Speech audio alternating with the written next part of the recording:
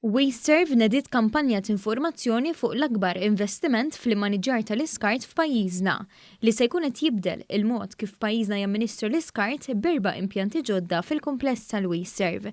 Il-Kap Eżekuttiv Richard Bilocca spjega li l-kampanja ECOHIVE titratta l-ambjent u s-sostenibbiltà u tfakkar fil-bejta tan-naħal li dejjem tkun attiva u mimlija enerġija.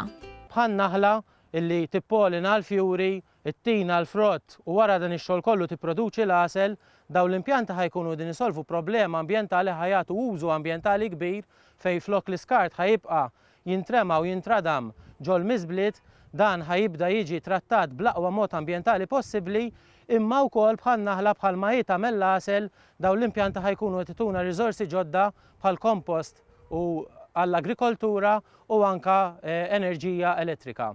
Iċ-chairperson tal-WasteServ, il-professur Frank Bezzina, spjega li l-kumpanija għaddija minn proċess ta' ristrutturar komprensiv biex ittejjeb il-ħidma ambjentali fil-qasam tal-iskart. Żied li b'dan il-proġett, il-kumpanija se tħaddan il-kunċett tal-ekonomija ċirkolari għaliex qed timmira li jintlaħaq bilanċ fuq żewġ binarji. Fuq naħa waħda għandek numru ta' limitazzjonijiet fosthom il-fatt li Malta pajjiż żgħir u allura qed insibuha diffiċli ħafna biex insibu spazju għall-iskart. Għandek ukoll tkabbir ekonomiku u allura qed ikollok aktar skart ġej lejn il-WasteServ.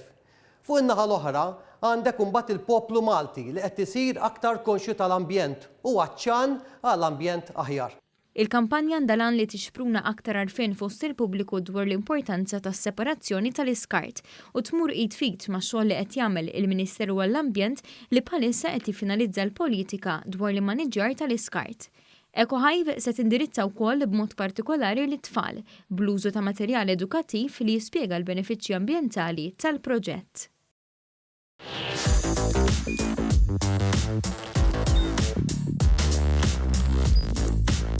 Idħol fuq one.com.mt u hemmhekk tista' tara l-programmi kollha li jxandru fuq One permezz ta' One Play.